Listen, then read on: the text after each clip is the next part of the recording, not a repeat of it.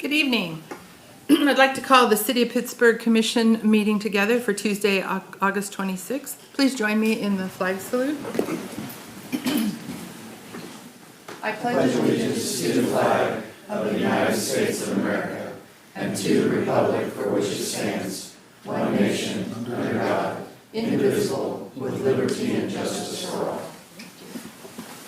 I'd like to invite Pete, Pastor Pete, to come start us off with some good words of inspiration. Well, yeah, thank you. How about we pause for a moment of reflection? Blessed are you, O Lord. You created us and grant us the gift of our local community with all the caring people who call it home. Be with us this evening as we tend to its practical matters. May we recognize your kingdom in our midst as we listen to each other to identify common concerns. May we give special attention to those most vulnerable among us. Come, abide with each of us and be present at this meeting this evening. We pray this in the name of all that each of us holds sacred. Amen. Amen. Thank you very much. Thank you, Pete. Turned over to Stu for a moment. I'd just like us to observe a moment of silence, if we could. I know it's a few hours away, but Kansas City, Kansas police officer Hunter Simoncic was killed in the line of duty today.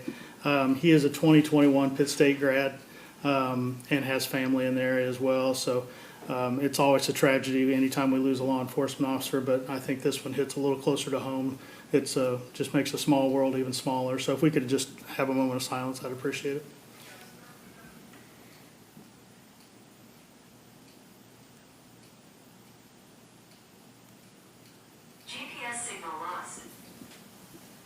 Thank you. Just know that our thoughts are with the family. Right, next on the agenda is Pittsburgh Positive. I'd like to this evening recognize CTEC and invite the Executive Director, Dan Rowley, to join me.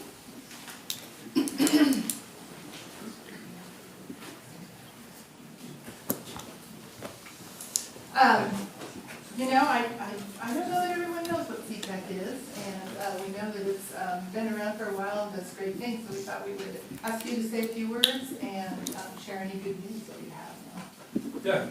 Yeah, so CTEC, founded in 2016 to help develop the workforce in Southeast Kansas.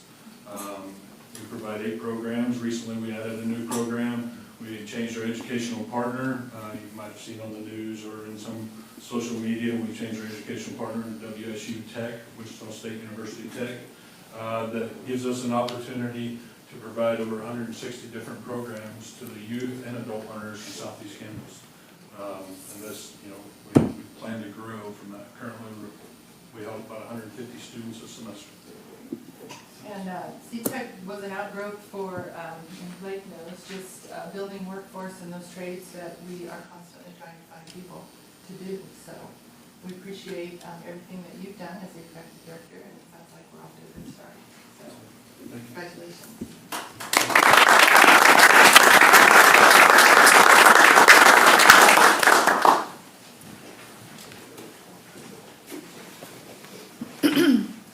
All right, we will move into public input. I would ask if you have something to share, please state your name and address and limit your remarks to 3 minutes or less.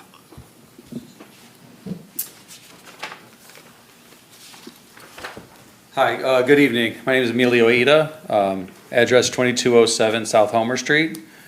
And I would just like to speak a little bit to just kind of the ongoing effort to build some public soccer fields in town. My family, we moved here May 2024, so just a little over a year ago. It's been a really positive experience. We really love it here. And so just, but obviously no place is perfect. I have 6 kids. They all play soccer at one level or another. I help manage a club that has over 40 girls, almost 50 girls in it, ages 8 all the way through 18. And we just don't have anywhere to play. It's thankfully, Pitt State lets us use the fields and that sort of thing, but at any point they could say no, and we're very grateful for them, but even as generous as they are, we're still sometimes kind of fighting over that space with other people. I also coach for another club that my sons play for, and they have, I think, almost 80 boys, or 80 kids, they're not all boys, most of them are, signed up to play soccer just this season. And so just the two organizations that I'm a part of, I mean, that's upwards of 110, 120 young people, and that's not counting just the people kind of running around, and I don't mean running around like in a negative way, just running around, hopping to parks, playing around, stuff like that.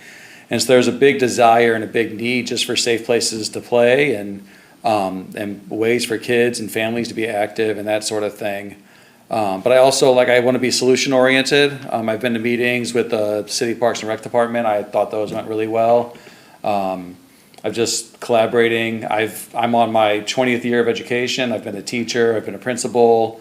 So I understand logistics and money and all of those things. And so I want to be solution oriented. I want to be flexible. I want to be open, and I want to be helpful.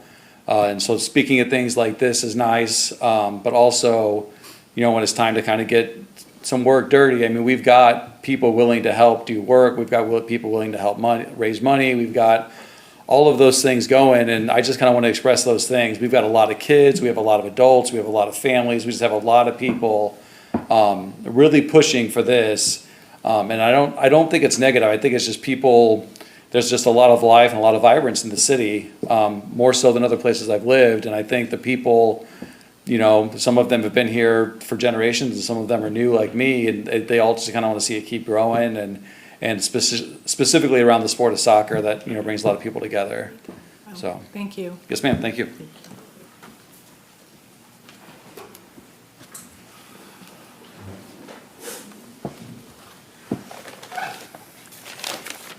Good evening. My name is Renato Pinto, 513 Norris Drive. So I'm the founder of the Running Collective and the race director for the Pittsburgh Turkey Trot that we host here the past 3 years now. We're here to bring up our annual request to have the event start and finish on the 400 block of Broadway.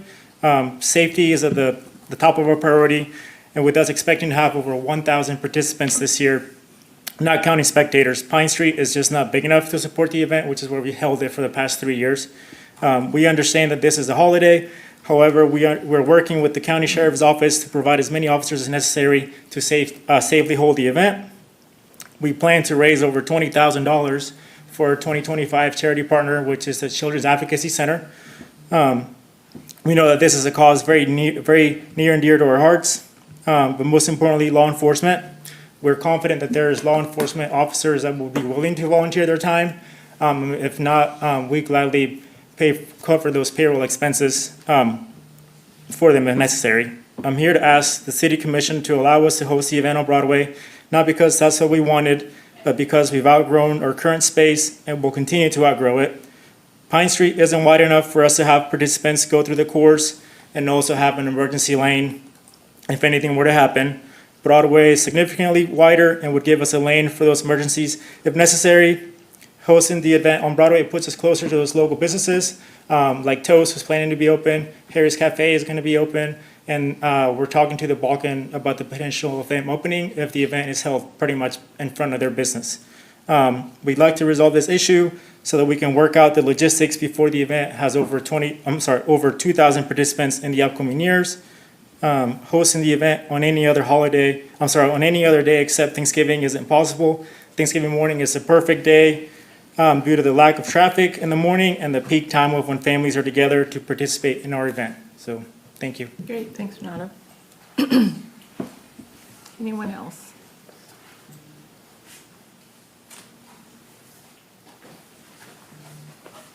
Could you pass those, please? Thank you. Good evening. It's Christy Bittner, 1508 Bittner Court.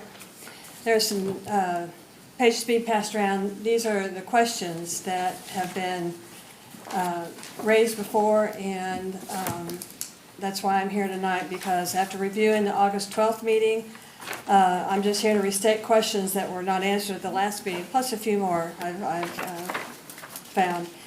Does the city recognize that P&L Development has violated the agreement by having delinquent taxes on Silverback Landing Phase 1 according to the county treasurer and published in the Morning Sun? According to Article 2, Section 22G, the developer must be in compliance with all valid laws. The city manager stated that during the meeting, the P&L developer had submitted bills for $2 to $3 million to be paid. So did the developer use the completion form as an Exhibit D of the approved plan? Has the city verified, accepted, or objected to the status of the work in writing to the developer? Was it done within 30 days as noted in the development plan in compliance with Article 4, Section 4.4 D and E? The city manager stated that the streets of Silverback Landing are now city streets. Has a title of the internal infrastructure improvements been given to the city by the developer? All operating and capital costs of any improvements are now at the sole cost and expense of the city, correct? So who is Silverback Landing LLC? Is it the Point Forward Board of Directors? From what I've seen, for the record, that would be Ron Skripczyk, Chairman, Sean Nacaretta of PSU, Jay Byers, the Deputy City Manager, Joe Della Sega, Area Manager of Pittsburgh, which is a board created by the city, Blake Benson, Chamber of Commerce President and Economic Director for the city, J.B. Elliott of the USD 250, Kayla Spigarelli, a local attorney. These are now the people who are representing Silverback Landing LLC. Is this considered a nonprofit corporation? Has the governing body received in writing a letter of disclosure on the conflict of interest by the city stated in Article 4, Section 6.7? Would that not be a violation of the 2018 agreement? Because it states, quote, "No member of the governing body or any branch of city's government who has any power of review or approval of any of the developer's undertakings or of city's contracting for goods and services for Silverback Phase 1 will participate in any decisions relating thereto which affect the member's personal interest or the interest of any corporation or partnership in which that member is directly or indirectly interested. Any person having such interest will immediately, upon knowledge of such possible conflict, disclose in writing to the governing body the nature of such interest and seek a determination by the governing body with respect to such interest, and in the meantime will not participate in any actions or discussions relating to activities herein prescribed." Does Silverback Landing LLC assume all the assets and liabilities from P&L Development in Phase 1? Who's going to be the responsible party in regard to any liability issues to Silverback Landing? Is there a new HOA agreement between residential owners and Silverback Landing LLC? Can the citizens trust that this 2025 agreement will be followed as written, since it's been shown that the 2018 agreement was not? Thank you very much. All right, anyone else? Seeing none, we'll close public comments, move into the consent agenda. Excuse me. We'll be voting separately on item E, so we're looking at A, B, C, and D. Move to approve. Second. Moved by Stu, seconded by Cheryl. Roll call vote. Brooks? Yes. Height, Yes. McNabb, Yes. Munsell. Yes. Sigley. Yes. Item E is approval of appropriation ordinance for the period of August 26th, subject to release of HUD expenditures when funds are received. And Cheryl's recusing herself. Is there a motion to approve E? Make a motion to approve E. Second. Moved by Chuck, seconded by Stu. All those in favor say aye. Aye. Great, motion carries. Special presentation. Summer Reading Program Summary. Pittsburgh Public Library Director Bev Clarkson will provide a summary of the summer reading program. Hi, Bev. Hi, Mayor, City Commissioners. Thank you for your time this evening. I am Bev Clarkson, Director of the Pittsburgh Public Library, and as I do each year, I'd like to present a recap of the library's reading programs.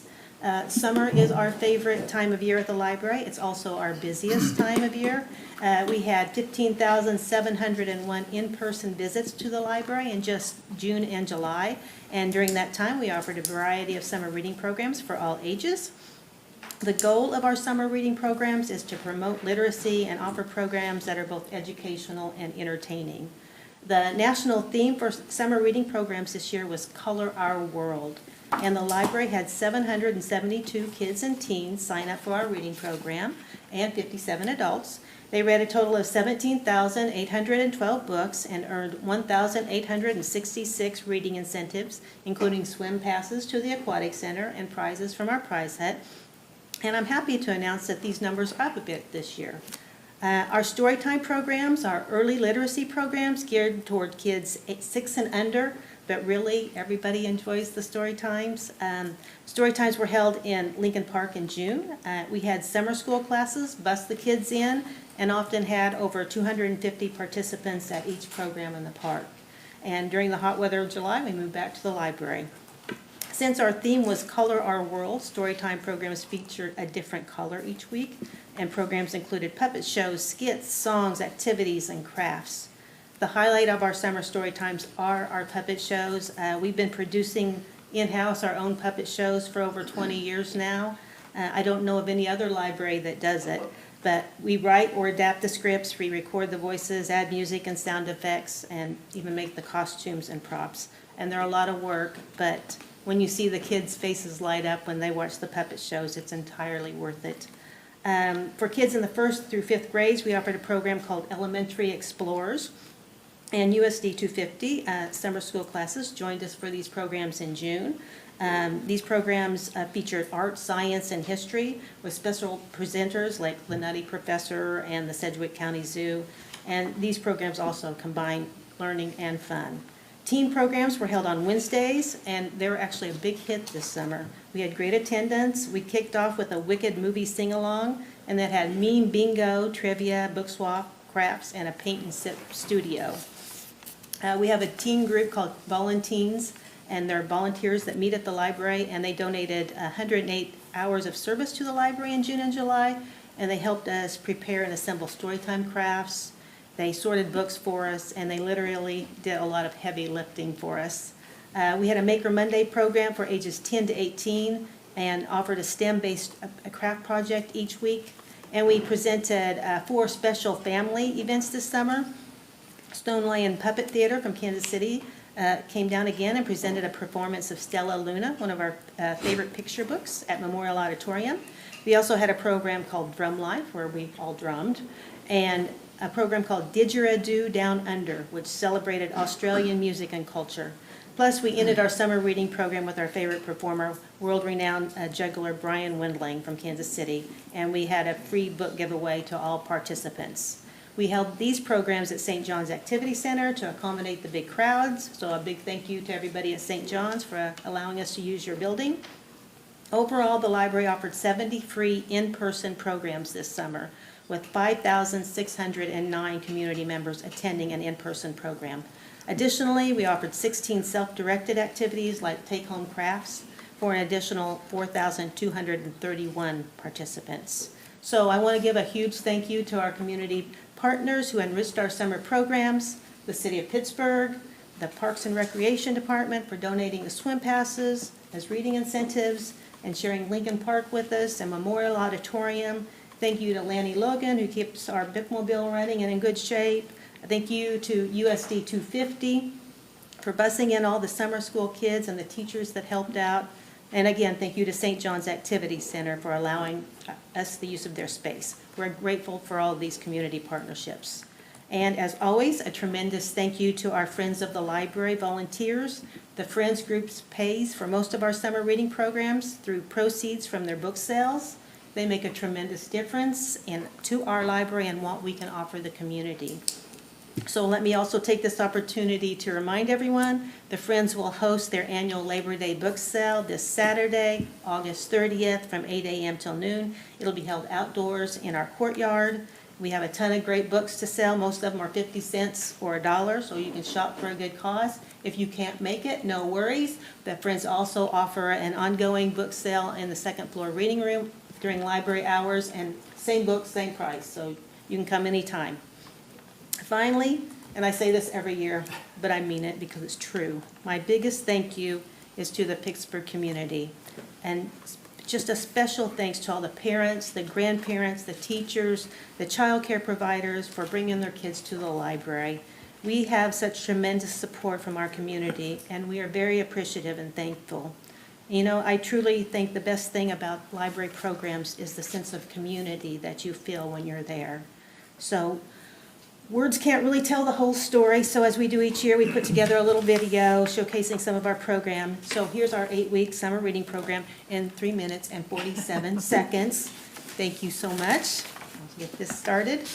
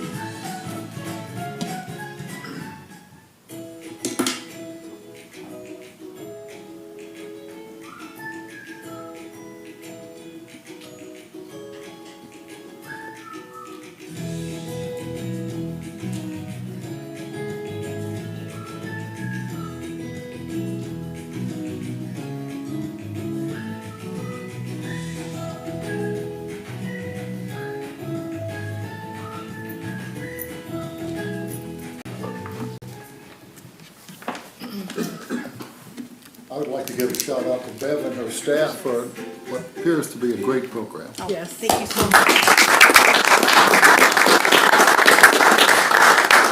Every year, our community is blown away by what you're able to do for the kids in our community, so thank you. All right, moving into the agenda, consider the following. Number A, excuse me, Research and Development Park Drainage. Consider approval of the Economic Development Advisory Committee's EDAC recommendation to allocate up to $300,000 from the revolving loan fund to combine with $150,000 committed by the Kansas Bureau of Investigations to fund drainage improvements in the city's Research and Development Park. Thank you, Madam Mayor. I've had to follow that video for the last 5 years, and Yes, it's you tough have. to top kids having fun at the library. But I am here to provide an update and a recommendation from the EDAC regarding an exciting project that we initially told you about a year and a half ago, and that's the build-out of the city's Research and Development Park. It's a 7-acre parcel that's located just north of Names and Numbers. So between Names and Numbers and the PSU baseball fields, it's essentially been sitting empty for the last 20 years or so.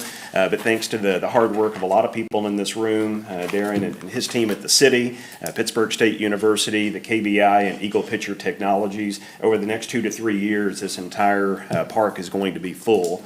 But we do still have one infrastructure-related need that exists. But before we get into that, which is what the EDAC recommendation is related to, I'm going to ask Ed McKechnie with Pittsburgh State to come up and give us just an update on the project and where it currently stands. So, Thanks, Mike. Ed, thanks for joining us. Hi, Ed McKechnie with Pittsburgh State, and also with me is Wes Streeter. Where did Wes go? There he is. And Jeff Stokes with KBI.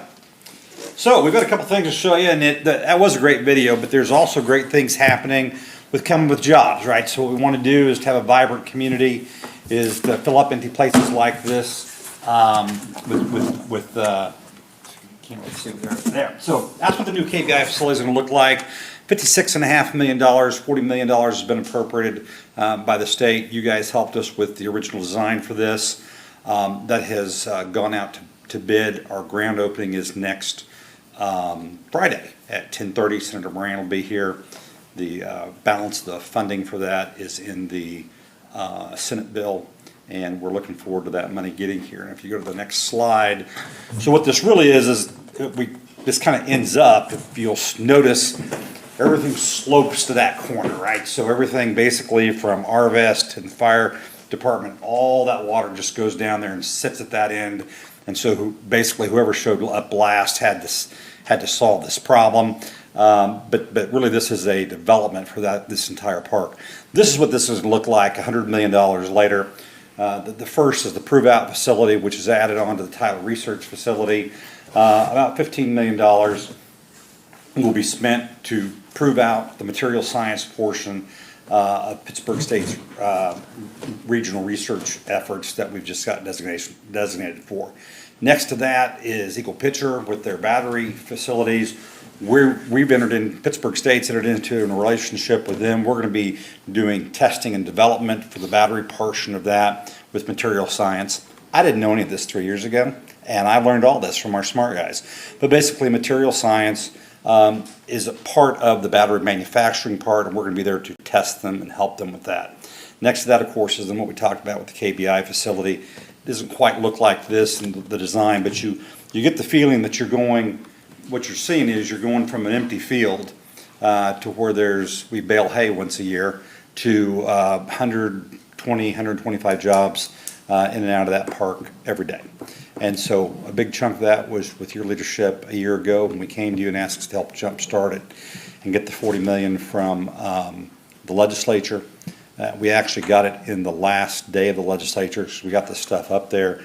Everybody wants to see what they're buying. They want to see what the details are, and you helped us do that. So this final portion is to help get the water from, in essence, Research Road acts as a dam. So we've got to go ahead and put additional infrastructure underneath the road, goes into the settling pond, and the pond pumps it out over a period of time. And we've done this all in conjunction with the KBI and with the city staff and engineer. EDAC asked us, we had a good conversation with them, and they supported it. I'm here to stand for any questions that you might have. I have some questions for Blake. Blake, I've asked in the past about having minutes, all of the commission get minutes from these meetings, the EDAC meetings. Oh, yes. I'd appreciate those minutes. Yeah, that's my. I don't appreciate getting calls, people stop by the house when they read the newspaper and they're talking about this project or any project, and I have to ask, what are you talking about?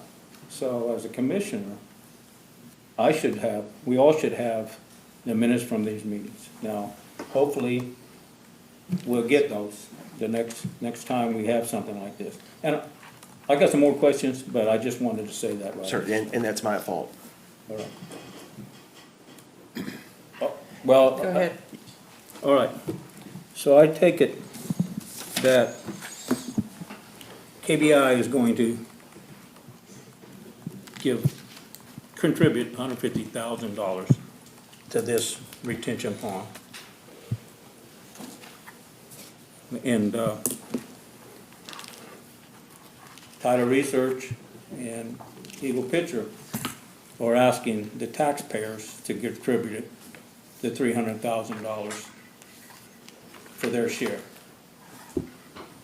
I want to thank KBI for offering $150,000.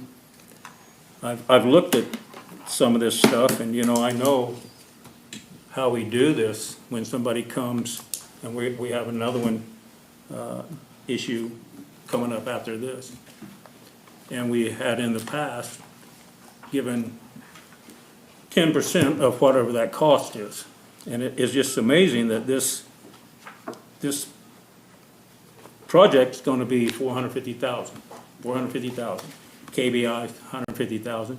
So I take it Tyler Research should be $150,000, and Eagle Pitcher should be $150,000, for the total, $450,000. They're all three gonna share the costs, or? It'll benefit all of those projects. We were appreciative, Commissioner, that they didn't come ask for 10% of $100 million, which is what the total project value would be. So the $300,000 that the RLF is being requested to fund is, a very small fraction of the overall $100 million in expected development. Well, that's what they're asking for, and that's what I'm talking about, $450,000. But since you brought that up, some of the finances for, let's see, let me go, KBI, state agency funded. I take it that's tax money from the state. Kind of the funding stack for the KBI project. Right, there's 40 million in bonds that were left, so it'd be state general fund money, but yes. So that's our tax money. And the revolving loan fund is also tax money. So we in Pittsburgh are gonna pay twice for this, tax twice. Tyler Research, they're funded, what did I read here? State and federal funds from Tyler Research. So it's state taxes that we pay to help fund this project for Tyler Research. And also our federal taxes are helping pay for this funding for Tyler Research. And now you're asking for us to be spending tax money again on a revolving loan fund. So 3 times we're being paid, we paid taxes on this one. I think, in my opinion, each one of the entities should share that cost of $150,000 apiece. And I think we should pay 10% like we do other places. So I would say if they pay $150,000, then the city out of revolving loan fund should pay $45,000 for this detention pond. Because, how many times are we going to taxpayers, like I said, state taxes, revolving loan fund tax, federal taxes, state taxes, revolving loan fund taxes. That's a lot of taxing for something. And we worked, the city and Pitt State worked well together. The taxpayers give Pitt State a lot of money. And, but this is just, what was it, $100 million? And in my mind, out of $100 million, those three ought to be able to come up with $150,000 apiece to pay for this detention pond. Well, Go ahead, Madam. I was just going to ask Ed, maybe you need to refresh our memories on what the KBI is going to bring to our community. Here you go. Yeah, and so I think this is a great community conversation about what's the future look like, right? And so what we're really talking about, and let's kind of start at the Tyler Research Center, we're talking about teaching kids about jobs that don't even exist yet, right? So what does the future look like? The future does not look like 1985. I wish it did. First time I got elected, this was basically a union town. There were 3 shifts working at 3 or 4 different places around town. All those jobs are gone. The jobs of the future are the places like Eagle Pitcher. They're going to be making batteries that fund most of the satellites that are in the States. Most of the satellites that are in space. That's the type of the jobs of the future that federal research brings to a community. And I agree with you. I understand. Look, I sit on a governing board also that was in that last video. That was pretty exciting, and we have to fix air conditioners and do all those types of things. But I think when you look at the bigger picture of what it is we're trying to create, which is a regional research university that can help fuel jobs of the future, we also have a distinction. This isn't too good. We have a distinction of being one of the only judicial districts in the country that ranks the top of 3 crime areas.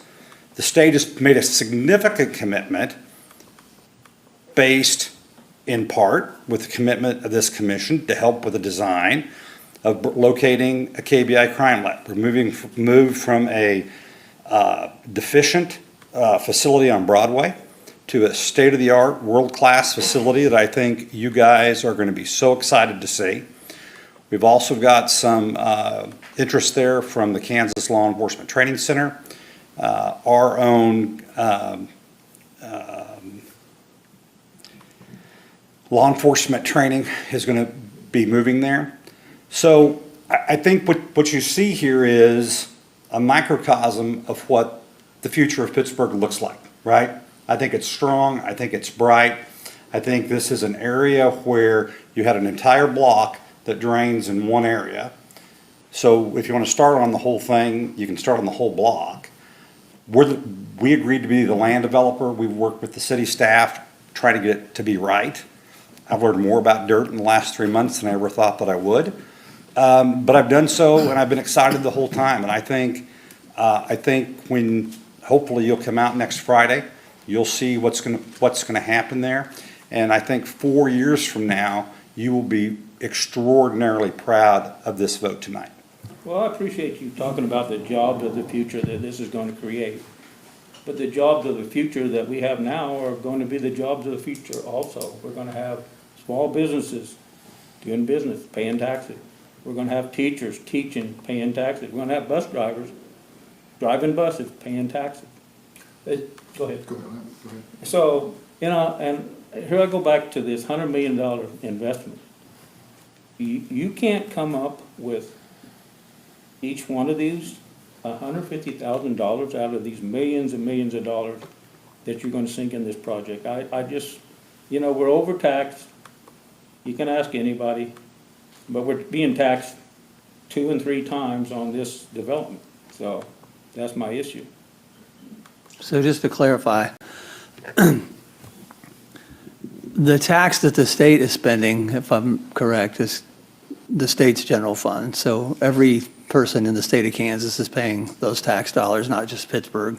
Right. The Eagle Pitcher project, while the bonds have been sold, they're completely guaranteed plus another few percentage points. That's all. That's not tax dollars. That's not Kansas tax dollars. That's Eagle Pitcher money.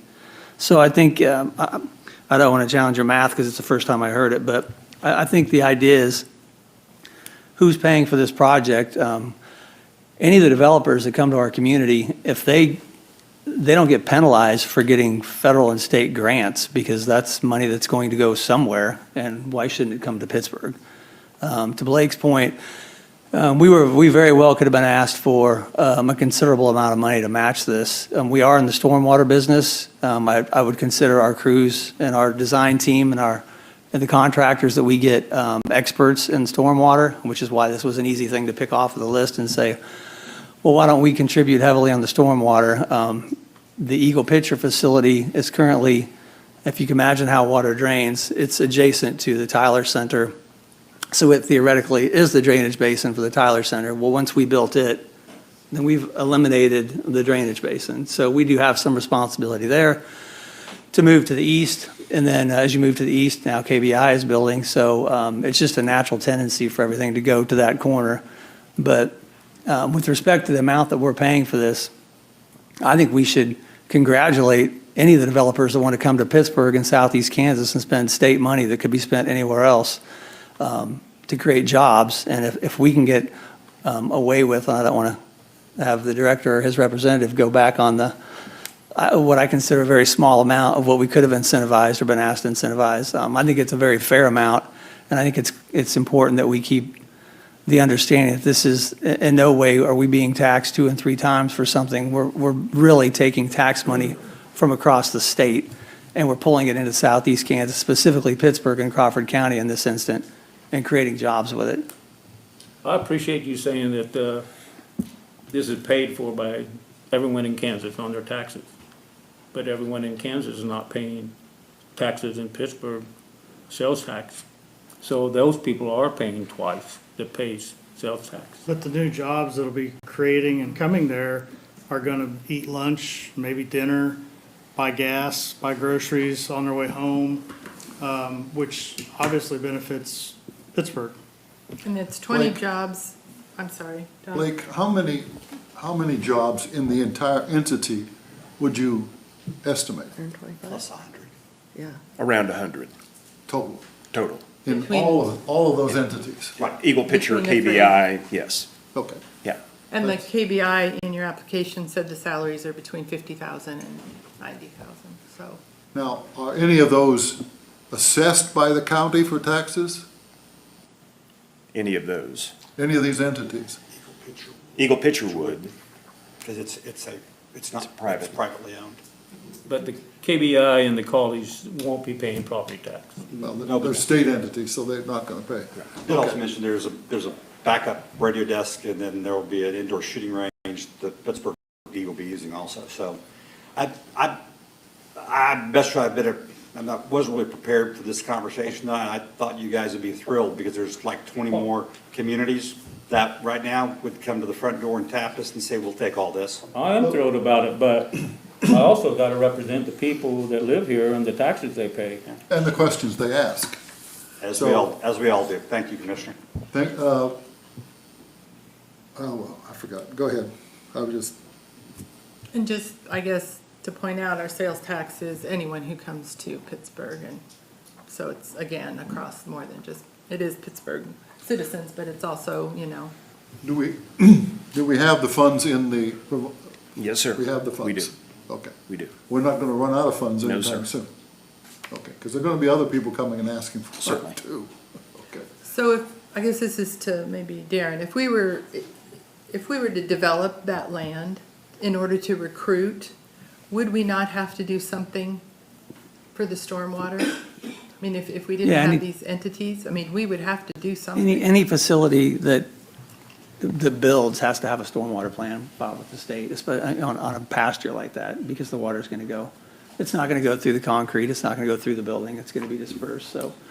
It's consistent, and, it's, I don't think you can underestimate the impact of one job in Pittsburgh. I mean, that's the whole point of the RLF, is to create jobs. If we're creating 100 jobs, we've done projects in the past where we've given up to $10,000 forgiveness to a business for creating one job. So if there's 100, the whole point of all of our development is to just create more business and more people living in Pittsburgh to keep the tax base down. That's why you create jobs. For 100 jobs, to Ed's point, that's a pretty friendly deal. I know we can pick hairs on who's paying what bills, but I'm like, we need to be careful sending a message out that we're not open for business, and open for business is If you can spend $350,000 and get $100 million worth of projects, that's a pretty good return, however many tax abatements may be on the people that live here and where they live. That's what we're all about. That's the message we've had from you over the years, and this project is consistent with doing all of that. I don't know if we don't like the KBI or if we just don't want Eagle Pitcher, but to have those three projects land within a year of each other and to get them all under construction, I believe the contracts are being signed with Eagle Pitcher today. The director's represented from the KBI. I think they're like the groundbreakings in a week or two. We're tired of mowing it. And I think it'd be really nice if we could create 100 jobs and put something out there that's going to generate industry for our community. And I think $350,000 out of the RLF, which was specifically funded to do that, is consistent with what we've done. I thought it was 300,000. And Even our better. plan for that water, when we built the fire station, what was our plan for that runoff water? Where did it go? What fire station? Number 3 fire station. I have no idea. It all kind of runs that way. I mean, the world Yeah. runs down into the, Yeah, Well, so, to bring it more pragmatically, you're looking at, for 100 jobs, that if those people paid that excuse me, with $3,000 per person, and you extrapolate that out to 10 years, you're looking at, what? $300. A Happy Meal Those people every are gonna day. be paying more over the 10-year period than that amount of money. well, yeah, I mean, I completely appreciate all the discussion about the value of tax dollars and how everybody's taxed, but this fund is set up to generate jobs in this community. It can't be used for streets. Well, It's what got I a was huge- pointing out was that it's Yeah. not a lot compared No, to it's- 10 years down the Right. line, It's minuscule. per individual, Yeah. per We person. were shocked at how small the incentive ask was. And I'd say quite honestly, we worked really hard to get it down. I mean, we've been working on this since we came to see you a year and a half ago. And so once we got the plans and the drawings, we've been working very hard. You know, the actual building has to be raised because of that lot. It's got to be raised about 2.5 feet because all that water flows down there. So this was all going to have to be developed along the way to get this to be there. It was the last piece developed. Again, I think this is one of Pittsburgh's greatest stories. I think we'll look back and you guys will all feel and know that you were a significant part of a great story. well, I'm just saying that, yeah, we have to do something with the water. When we built the fire station, it ran that away. When the college built Tyler Research, it ran that away. No one did anything to control the water. Now we have to. I understand that. But I go back to the people that's gotta pay for it. You know, that's where I'm at. Can I move? You can move. I would like to move to accept this for the research and development park drainage, the city's portion to be $300,000, no more. I will second. All those in favor, say aye. Aye. Was there an aye down there? Okay. Opposed? Aye. Motion carries 4-1. Thank you, gentlemen. All right, moving on to item B, 209 North Broadway redevelopment project. Consider approval of the Economic Development Advisory Committee's recommendation to allocate up to $46,000 from the revolving loan fund to support Phase 1 of the On Fire Mexican Bar and Grill LLC redevelopment project at 209 North Broadway, and an additional allocation of up to $32,000 for Phase 2 of the project at the same location. Thank you again, Madam Mayor. Bringing to you another recommendation from the Economic Development Advisory Committee, which is consistent with projects that we brought you before in efforts to restore dilapidated buildings. This time, we're referring to the property at 209 North Broadway. So I've got that on the screen. It's the building in the middle here. It's fallen into considerable disrepair, not only causing issues for that building, but then adjoining properties as well as it begins to kind of pull on the walls that separate the other buildings. So we are fortunate that the company that made application to the EDAC, that they have purchased this property and they are actively working to restore it. As a matter of fact, if you drove by today, you notice that they were doing the brickwork and it's already looking much better. But it is, as with most of our redevelopment projects, it's costly. So they estimated that phase one, the cost was $455,900. That would be the lower level, and then phase two would be $323,000, and that would come probably in about a year or so. But Pross Construction, Chris Pross with Pross is here tonight and can speak because they're handling the construction on that, and they can speak to the details of what they've had to do to the building. But again, this is consistent with other projects that we have brought you before. So with that, would stand for any questions. And again, if there are any questions related to the construction itself, Chris can answer those. Yes, Commissioner. Are you gonna be the owner, Chris? I am not, no. So you're the construction Astrid guy? is the owner of the building. Okay. Yes. So, with the other I mean, we're talking about, what, 4 or 5 Mexican restaurants in town now? Is there, Go ahead, Astrid. is there enough people to support another one? Is there enough people to support an additional Mexican restaurant? Hi, my name is Astrid, and yes, definitely it is, because across the street, they building another building for the university. So we're thinking it's gonna be enough for everybody. Okay. My other question is, what about parking? Well, we have a plenty on the front and across the street, and I'm assuming they have more on the other side too, where they making the building right now. The So we're- Kells College. Commissioner, remember, we put 200 spaces into the Kells Business School that they're building. So once classes are over, probably usually 1 o'clock. Will they be able to utilize those? Those are public spaces that'll be available anytime that the college isn't in having class at that building. For dinner time. Oh, That'd be great. yeah, and probably lunch even. I mean, Or it's, lunch even, yeah. I did ask Blake, that building's been a lot of different things, and I did ask Blake if, with any of the previous owners, was there any EDAC monies allocated, and, Not to my recollection, yeah, no. so. No.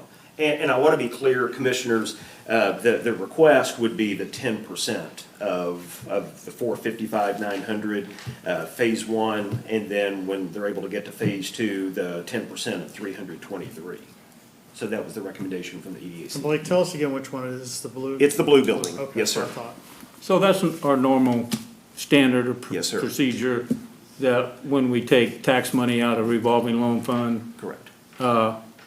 we give them 10% of the cost. Yes, sir. And Commissioner, as with all of our projects, they actually go ahead and expend the money and then show verification of what they spent. And then we also make sure that the city's money is spent on infrastructure, fixed assets, rather than signage or something like that that could come and go with a particular business. It stays with the building. We're incentivizing a building repair. And this was out of what I was talking about earlier. It's a small business. She's gonna create jobs. I don't know how many jobs she's gonna create. Those jobs are for the future, and I just can't. If some people, sometime we pay 10%, and sometimes we don't. I'm not in favor of that, what just happened, but I am in favor of what she's doing. She's taking a building, she'll be paying property tax on that building also, won't she? Sure. And she's gonna create some jobs there for the future, like Ed McKechnie was talking about. So I'm very much in favor of voting for this. Is that a motion? I'll make a motion to approve. Second. Moved by Chuck, seconded by Stu. All those in favor say aye. Aye. Opposed, same sign. Motion carries. Thank you, Thank you. and good luck. Thank you Mayor. so much. Forward to it. Would you make it known that I recuse myself on that? I'm sorry. Yes, Because my company is the plumber on that job. yes. So Cheryl did not vote, so it would be for, Thank you. thank you, I'm sorry, Cheryl. Oh, no problem. All right, moving on to item C, Tyler Techno, thank you, Blake. Tyler Technologies, Inc. Agreement Amendment. Consider staff recommendation to approve an amendment to the agreement with Tyler Technologies, Inc. for software and implementation services for a new financial revenue, content billing, and municipal justice management system. That's a mouthful. In the amount of $431,577. Yes, Mayor and Commissioners, we have a current system that is about 30 years old. Technically speaking, it is obsolete. I have made the suggestion a number of times that we need to replace it. Replacing your financial management system, though, is a very difficult thing. I've been through many different software implementations. The financial management system is the most problematic one and the most fraught with risk. It's the most disruptive to your organization. That's one of the reasons why we've put it off so long, but the current system we have is not adequate to support the kind of activity that we do. Basically, what we're doing is upgrading the system that we currently have is maintained by the company that is going to implement our new system, but we're going to implement a much more advanced system, much more modern. It's well past time that we do this, and we put aside some ARPA funds for this last year, and we would like to move That's what I'm forward. gonna ask Jay. This is the same project we've been hearing about, and you guys have been working on trying to pick the right one, and. Yes, sir. So this is nothing new. It's what we've prepared for, and you finally at the point to. Right. We went out for an RFP, or actually an RFQ for qualifications. We got 4 good responses back. We had a team together that weighed all the different options, and this was the best one. We all agreed that this was the best option. And we budgeted for this amount? Yes, we used ARPA funds. We had already planned on doing it. Oh, that's right. Yeah. Do we anticipate any additional allocations that we'll need to vote on? For this particular project? Yes. It's always a possibility, because as you get into the system and start, part of the process is you analyze your current processes that you use and the different things that you do and want to accomplish through this whole implementation. So it's possible. We don't anticipate it, but it is possible. So with $431,000 roughly, how much is left in the ARPA funds after we use this for that? Oh, geez. I'm sorry you asked me that one. Now, the current. Just ballpark. I think we We've allocated. allocated all of There it. may be a couple of projects that Toby's still working on. Is he here? It's, Just to put him on the spot, that if they come in under, we may have some left, but I mean, we went through a year ago and allocated the final balance to projects, so. but cash-wise, it's definitely less than $1 million, right, that we have left. Any other questions for Jay? I'd entertain a motion to approve. Move to accept it. Second. Moved by Doc, seconded by Cheryl. All those in favor say aye. Aye. Opposed, same sign. Motion carries. Thank you. Is non-agenda report, I'd like to, is Toby here? I'd like to ask him a couple questions. Toby, do we have, in our many parks in the city, I think there are what, somewhere between 14 and 17 parks that the city takes care of, right? Yeah, Do we have any room to put a couple of soccer fields? Right. we are squeezing them in Lincoln Park right now. And Darren and the engineering group, we've met and we've discussed some possible locations, so we're working on that.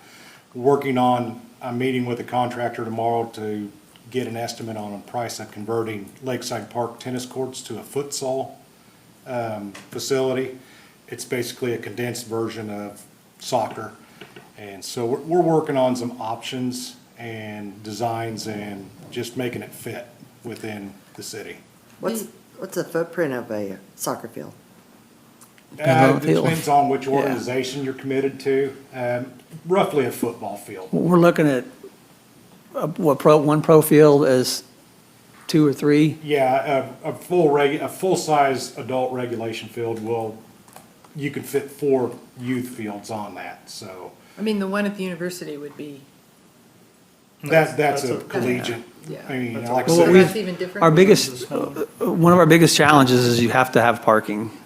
And, I mean, I don't think we're restricted by the floodplain so much because it's a soccer field, so if it rains and it gets wet, it's eventually gonna drain. But the parks probably, we're looking more into the industrial parks even, where we have land currently, because it's a pretty big footprint, and then you have to have somewhat reasonable access, because we don't want to have a somewhat inexpensive field to build, but we have to build a $400,000 road to get to it. And then you have to have a place to park. So it's at the top of the agenda. We're looking at, Toby had hair when the week started and we're wearing him out. But we understand that it's something we want to have, and it's just, you just have to have the space for it. And right now, unless somebody donates some land, we're looking at the land we own, and the land we own, has some restrictions to it as far as geographically and then use as well. What's the rough estimate of a soccer field? The size? The cost? It depends if it's turf or natural grass. That's what I was gonna ask you next. Is it gonna be grass or turf? You don't know that either. Well, we're leaning towards grass because. Yeah, we're leaning towards grass. Since we don't have a budget because for it, turf's going gonna be a hard to little pull faster, off, but yeah. if- So on 4th Street, Yeah. by, in the garden there, what is that there? And who owns Just, it? Do we is own that it? just We a- don't own that. No. That's, that church.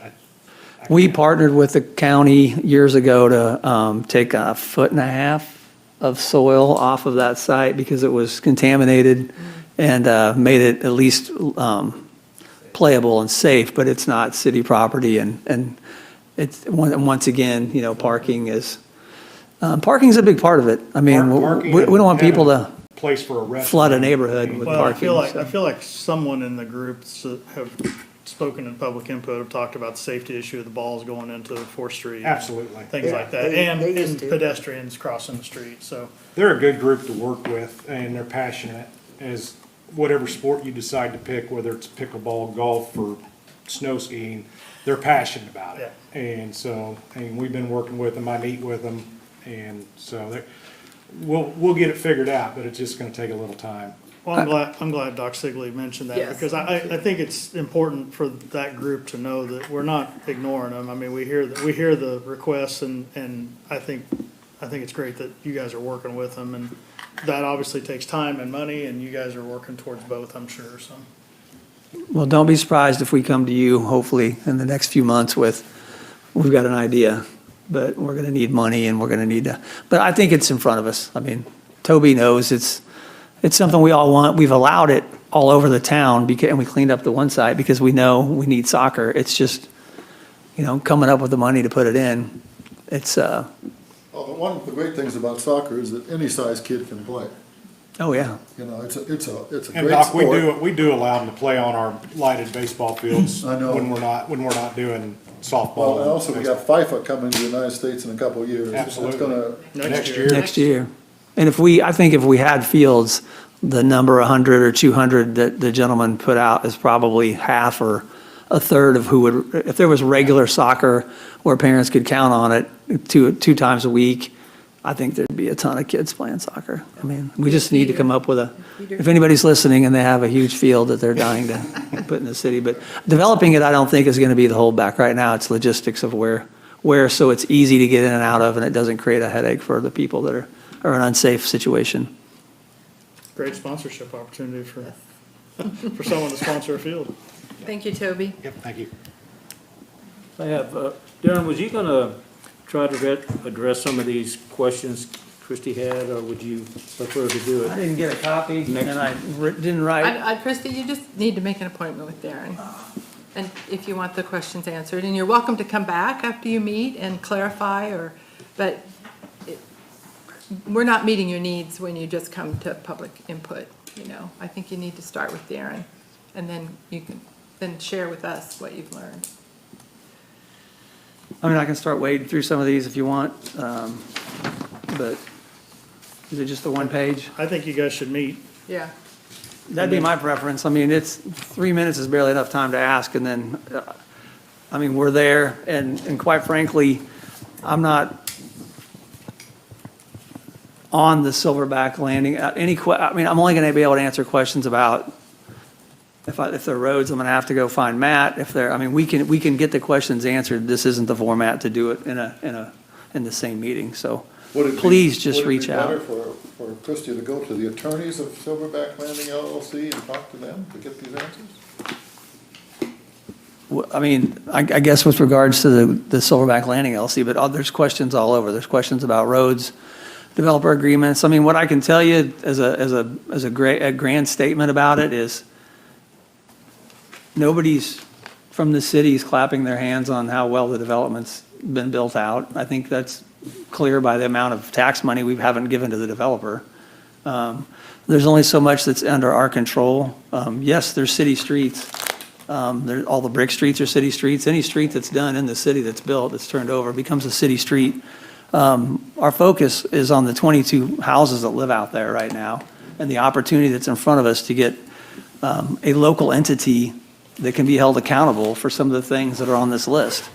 I mean, for a gentleman that lives in Kansas City that's here one day a week or once every 2 weeks, that's on his fourth or fifth builder, yeah, we can hold the tax money back, but in the end, that tax money isn't coming back to the taxpayers. The development agreement is very clear. It's going to go to one of the developers. So, I mean, and I'm not trying to say that we don't want to answer these questions, but I've got 3 pages of questions for the developer that we've been asking for 4 years. What's going to happen to these houses? What's going to happen? What's with the sign? What's with this? The reality is we're trying to get to an entity that we can actually work with to get houses built in Pittsburgh, which is going to answer a lot of questions and unblock a lot of roads for the schools and for these developers that they're talking about, where are their employees going to come from. I don't know whether there's anybody on my staff that's walking around saying, hey, this has been great. I really love where we're at with Mickey.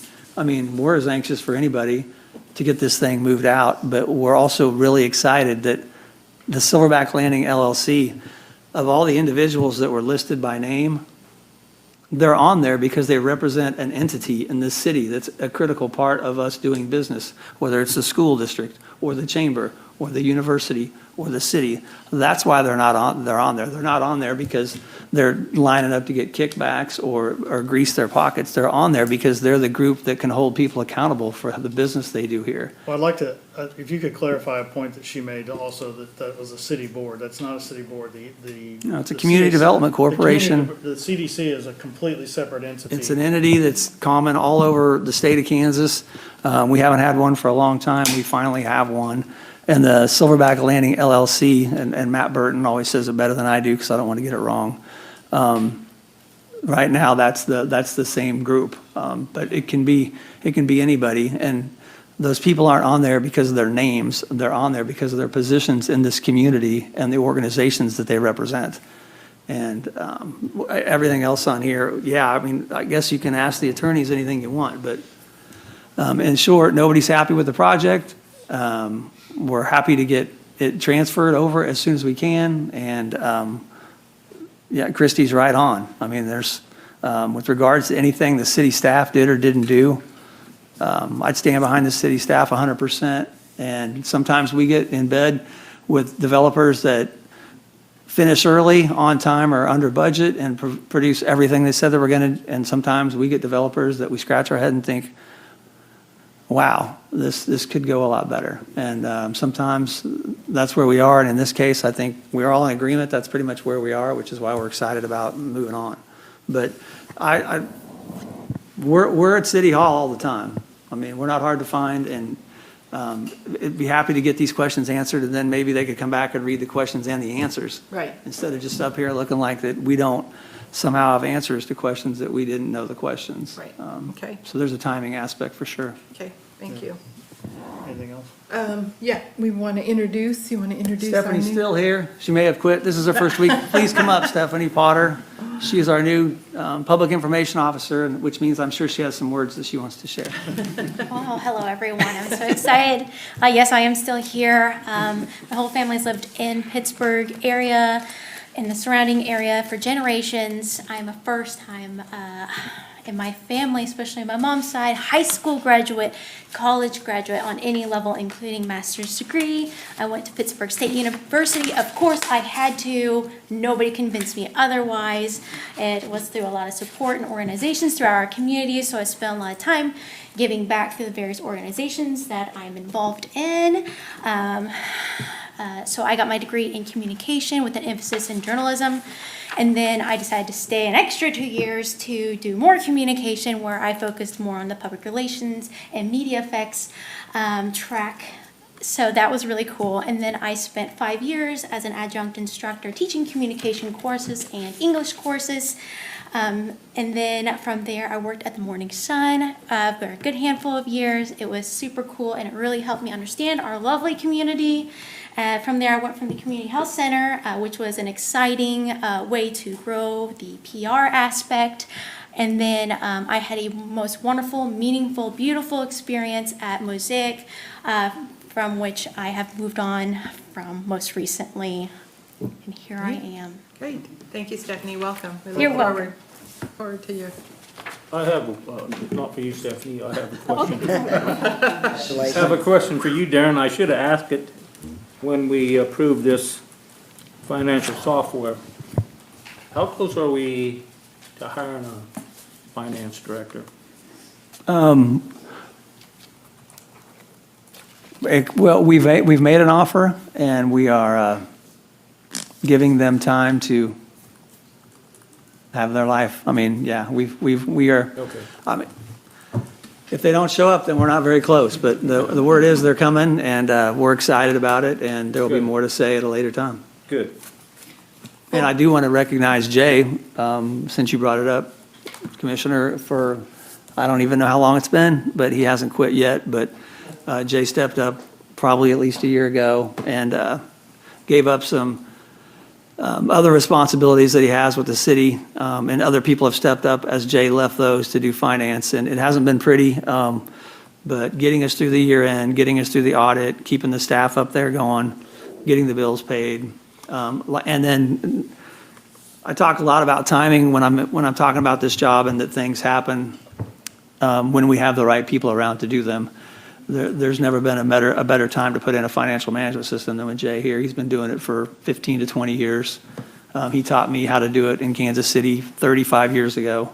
And our finance team is up to the task, and they've all done a great job. But yeah, the missing piece is, can we find somebody for the pay range that we have? We are a small town in southeast Kansas, and right now, if you know finance and you're skilled, you can sometimes work from home and make a ton of money. So that's been our challenge, but I think we've got somebody right there. All right. Before we end, we would like to acknowledge it's Darren's birthday. So, yes, happy birthday. Well, We won't sing, but we'll clap. So hopefully you have a fabulous dinner waiting for you when you get home. Sure. Sure. Jenny doesn't do anything less than fabulous. Well, there's Thanks for that. fabulous people to call for dinner. All right, I have a, Move to adjourn. thank you. Moved by Stu, seconded by Doc. All those in favor say aye. Aye. Opposed, same sign. Motion carries. Thank you, everyone, for being here tonight.